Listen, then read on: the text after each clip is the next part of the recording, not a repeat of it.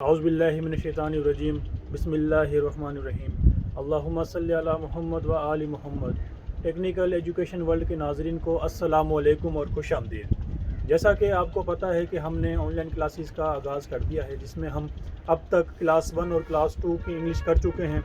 अब third class के लिए हमने वाइट बोर्ड पर जो है अभी लर्निंग का सिलसिला स्टार्ट किया है, क्योंकि वो बिल्कुल बेसिक थी। उससे इंस्ट्रक्शन के ज़रिए भी ये चीज़ पढ़ाई जा सकती थी, क्योंकि आप जो है ना लर्निंग स्टेज पे फर्स्ट मोंटेसरी और नर्सरी के बच्चे तो मतलब जो है ना वो बोर्ड पे सीखते हैं। तो इसलिए हमने सोचा कि इसमें कुछ ऐसे वर्ड्स हैं जो बच्चों को कन्फ्यूजिंग क्रिएट कर रहे थे, तो लिहाजा अब हम जो है कोई भी ऐसा क्वेश्चन हुआ या कोई भी ऐसी चीज़ हुई जो आपको वैसे इंस्ट्रक्ट ओरली समझने में कन्फ्यूजिंग हो रही थी, तो उसके लिए हम अब वाइट बोर्ड का इस्तेमाल करेंगे। आज हम स्टार्ट करने जा रहे हैं क्लास थर्ड की इंग्लिश। तो इसमें जितने भी मेन पॉइंट होंगे इंशाल्लाह वो हम डिस्कस करेंगे। तो लिहाजा आप अपने पास अपना रजिस्टर रखिएगा। ये तमाम जितनी भी चीज़ें हैं वो आप 1 बाय 1 करके नोट करते रहिएगा। इसमें जो पहले नंबर पर जो चीज़ है वो है कुछ एडजेक्टिव्स हैं, वो आप लिख लें। वो कौन कौन से हैं मैं आपको बता देता हूँ।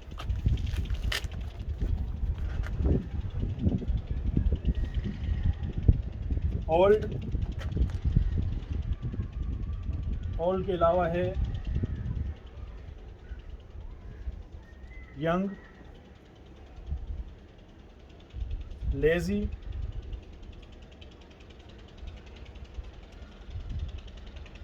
Hard work.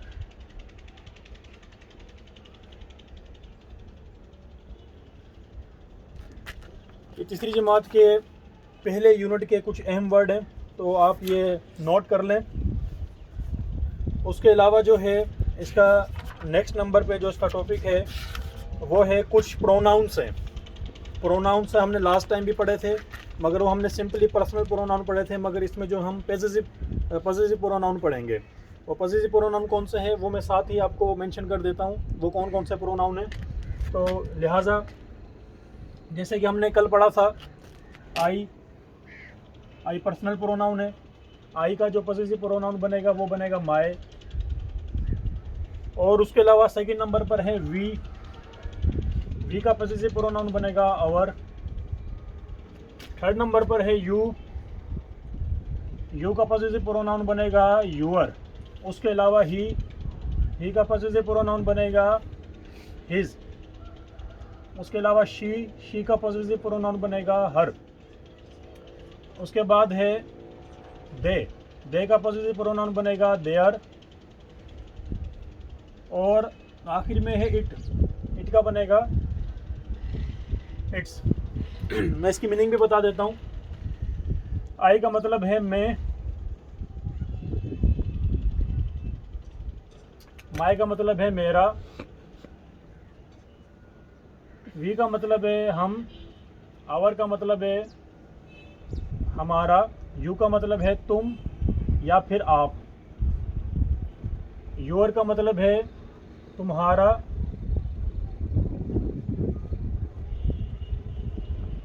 या फिर आपका। उसके बाद ही का मतलब है वो, और हिज का मतलब है उसका, मगर ये लड़के के लिए इस्तेमाल होता है। मेल जेंडर के लिए इस्तेमाल किया जाता है, और फीमेल जेंडर के लिए शी। लड़की के लिए इसका मतलब भी उसका ही होगा, मगर ये लड़की के लिए इस्तेमाल होता है। उसके बाद है दे का मतलब भी वो है, और देर का मतलब है उनका।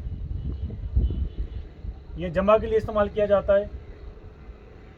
उसके बाद इट का मतलब ये है, या वो भी इसकी मीनिंग निकाली जाती है। तो इसका मतलब जो है इसका, ये जो इट जो है जानवरों और बेजान चीज़ों के लिए इस्तेमाल किया जाता है। जानवरों और बेजान चीज़ों के लिए इस्तेमाल किया जाता है।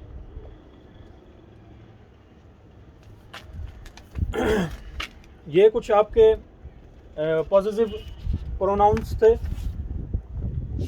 उसके बाद जो आपकी थर्ड क्लास में जो पॉइंट्स हैं आप ये नोट कर लें। आप वीडियो को पॉज करके भी ये चीज़ नोट कर सकते हैं। और थर्ड नंबर पे जो आर्टिकल का इस्तेमाल है आर्टिकल का जो इस्तेमाल मैंने आपको बताया था लास्ट टाइम क्लास 1 वाली वीडियो में कि आर्टिकल को हम कहाँ इस्तेमाल करते हैं। आर्टिकल यहाँ पर बेसिकली वैसे द भी आर्टिकल में शामिल है, मगर इसमें जो है सिर्फ अ और अन का जिक्र किया गया है, अ और एन का। तो अ कहाँ इस्तेमाल होता है और एन कहाँ इस्तेमाल होता है मैंने लास्ट टाइम बताया था, एक मरतबा फिर मैं वापस रिपीट कर देता हूँ। आ जो है ऐसे वर्ड्स जिसकी उर्दू में प्रोनाउंसिएशन अलिफ से हो, अलिफ से प्रोनाउंसिएशन हो तो वहाँ पर हम एन इस्तेमाल करते हैं। उसके अलावा बे से लेकर ये तक जितनी भी ऐसे अल्फाज हैं जिसकी प्रोनाउंसिएशन बे से लेकर ये तक किसी भी लफ्ज़ किसी भी अल्फ़ाबेट से हो, वहाँ पर हम जो है ए इस्तेमाल करेंगे। और उसके अलावा कुछ सिंगुलर और प्लूरल हैं। अब जो है हम कुछ सिंगुलर और प्लूरल हैं वो डिस्कस करेंगे, लिहाजा वो भी आप नोट कर लें। गिलास, गिलास की प्लूरल होगा गिलासिस। उसके बाद है बॉक्स, उसका होगा बॉक्सिस।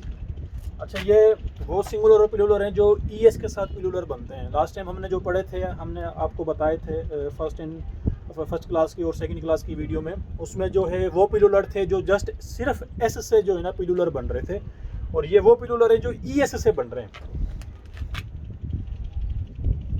ये ईएस से बन रहे हैं, ठीक है ना। तो उसके बाद है बुश, बुशेस, बंच,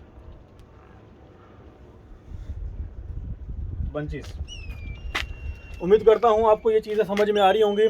तो इसके साथ साथ आप नोट भी कर लें इंशाल्लाह। हम लास्ट में जो है आज इंशाल्लाह हम अपने ग्रुप की लिंक जो है ना डिस्क्रिप्शन में डाल देंगे, तो अगर कोई भी उसे ज्वाइन करना चाहे तो वो आप उस लिंक से ज्वाइन कर सकते हैं। उसके बाद कोई भी आपका उसको ज्वाइन करने के बाद फिर हम उसमें टेस्ट जो है ना टेस्ट देंगे आपको, फिर आपने वो घर बैठकर सॉल्व करना है और हमें फिर ग्रुप में ही जो है ना सॉल्व करने के बाद आपने शेयर करना है। उसके बाद जो है मैस्कुलिन और फेमिनाइन जेंडर्स हैं, वो आप नोट कर लें। मैस्कुलिन और फेमिनाइन जेंडर कौन से हैं मैं आपको लिखवा देता हूँ बोर्ड पर। अब हम जेंडर के बारे में डिस्कस करेंगे।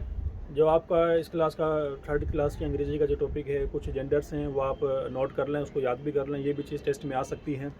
अभी आपकी मतलब स्टार्टिंग है, तो इंशाल्लाह उसके बाद आस्ते आस्ते जितनी भी चीज़ें होंगी या ग्रामर से रिलेटेड है, जितने भी उसमें वर्ड अपोजिट हैं, सिंगुलर प्लूरल हैं, उसके अलावा जो है जितने भी इसमें ग्रामर की जो चीज़ें होंगी सब हम 1 बाय 1 डिस्कस करेंगे। कोई भी टॉपिक इंशाल्लाह स्किप नहीं करेंगे। अभी कुछ मैस्कुलिन और फेमिनाइन जेंडर हैं, उससे आप नोट कर लें, उसको याद भी कर लीजिएगा। आप मुलाहिजा करें, जैसा कि आपको पता है मैन का जो जेंडर है वो है मर्द का औरत। उसके बाद फादर, फादर का है मदर। उसके बाद है बॉय, बॉय का है गर्ल। ब्रदर, ब्रदर का है सिस्टर। उसके बाद है सन, सन का है डॉटर।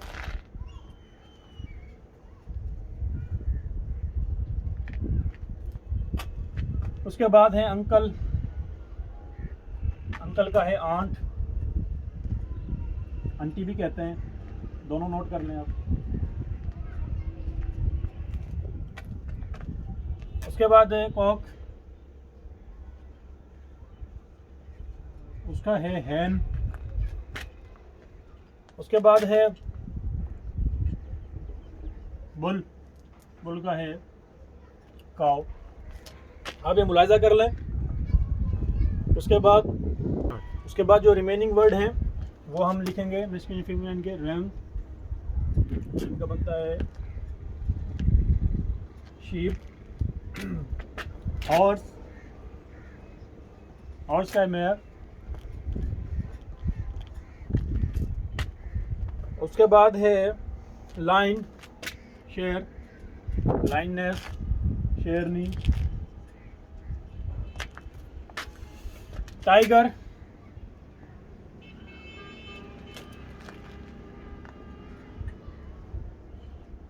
टाइग्रेस, पीकॉक,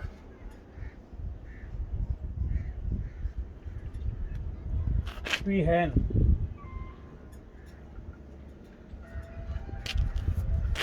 ये आपके जितने भी मेस्क्यूलाइन और फेमिनाइन थे, मेल और फीमेल जेंडर थे, वो आपने मुलाहिजा करें जो आपकी तीसरे की अंग्रेज़ी की जमात में थे। आप इसे नोट कर लीजिएगा, ये बिल्कुल इसमें से सवालात आ सकते हैं।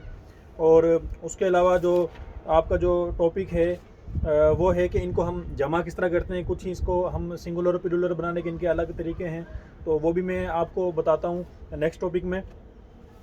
ये कुछ सिंगुलर और प्लूरल हैं, आप नोट कर लें, जिसको हम मतलब ये ऐसे सिंगुलर और प्लूरल हैं जिसकी मतलब कोई रूल एंड रेगुलेशन नहीं है। वे वैसे ही जो है ना इसको सिंगुलर से प्लूरल बनाते हैं। जैसे कि फीट है, फुट का फीट है, मैन का मैन है, ये लगा देते हैं बीच में।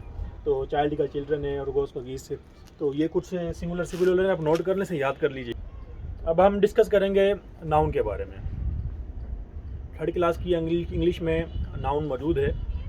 तो अगर आप में से किसी के पास भी अंग्रेज़ी की बुक मौजूद है तीसरी जमात की, तो उसके आप पेज नंबर 36 से आप ये चीज़ देख सकते हैं। तो हम जितना भी पढ़ रहे हैं सिंध टेक्स्ट बोर्ड बुक के मुताबिक पढ़ रहे हैं, कोई भी चीज़ इसमें एक्स्ट्रा नहीं है। सिंध टेक्स्ट बोर्ड बुक ने जितना भी सिलेबस दिया है उसके मुताबिक हम चीज़ें डिस्कस कर रहे हैं। उसके बाद सिंध गवर्नमेंट ने इस बार जो भर्तियों का जो सिलसिला स्टार्ट किया है उसमें ये सारा सिलेबस यही इन्वॉल्व है। उससे बाहर हम कोई चीज़ नहीं पढ़ेंगे, उसी में से सब चीज़ आपका टेस्ट आना है, पीएचडी और जीएसटी का। आप सिर्फ इसको या फोकस रखें, उसके अलावा और किसी दूसरी चीज़ पर मत जाएं। ना आप पास पेपर जाएं, पास पेपर पर भी मैंने रिसेंटली वीडियो बनाई है। और उसके अलावा ना किसी दूसरी बाजारी किताब पर जाएं, सिर्फ अपना सिलेबस फॉलो करें और उसकी प्रैक्टिस करें, उसको याद करें। आपका इंशाल्लाह टेस्ट आसानी से क्लियर हो जाएगा। अब हम डिस्कस करेंगे नाउन के बारे में।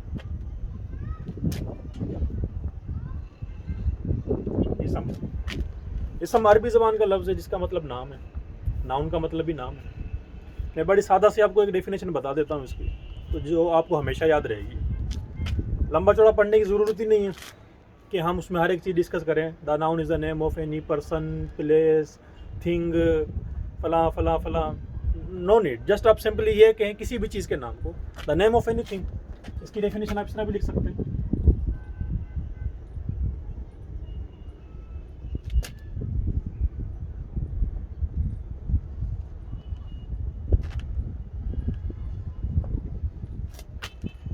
किसी भी चीज़ के नाम को, कोई भी चीज़ हो, एक्स ऐसी बात दुनिया में जितनी भी चीज़ें अल्लाह ताला ने पैदा की है, इंसान ने बनाई है, तो उसका कोई ना कोई नाम तो है। किसी भी चीज़ के नाम को हम नाउन कहते हैं। दूसरी डेफिनेशन में मुलाहिजा कर लें आप।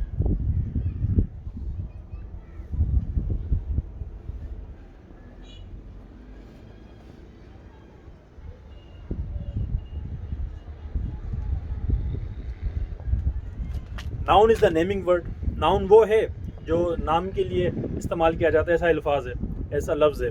तो लिहाजा मैं वो भी बता देता हूँ जो हमें बचपन से ही जब हम छोटे होते हैं तो वो पढ़ाई जाती है, स्कूलों में रट्टा लगवाया जाता है, वो भी मैं बता देता हूँ। वो डेफिनेशन जो आपकी किताब में भी लिखी हुई है, वो भी इसको भी फॉलो कर लें आप। ये तो मैंने ये सोचा साथ साथ आपका कंसेप्ट भी क्लियर होता चले, तो इसलिए मैंने ना ये चीज़ बता दी आपको। तो वो भी मैं बता देता हूँ जो आपकी बुक में ये चीज़ है। Noun is the name of any person, place, animal and thing is called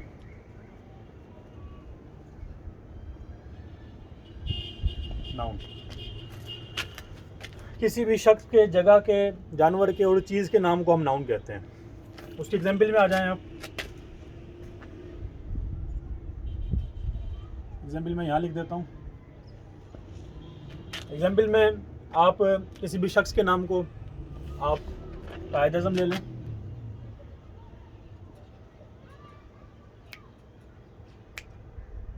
second number पे आप किसी भी जगह के नाम को आप पाकिस्तान ले लें। जानवर के नाम को आप लाइन ले लें। और बाकी जो रिमेनिंग टॉपिक है इंशाल्लाह हम वीडियो के नेक्स्ट पार्ट में डिस्कस करेंगे।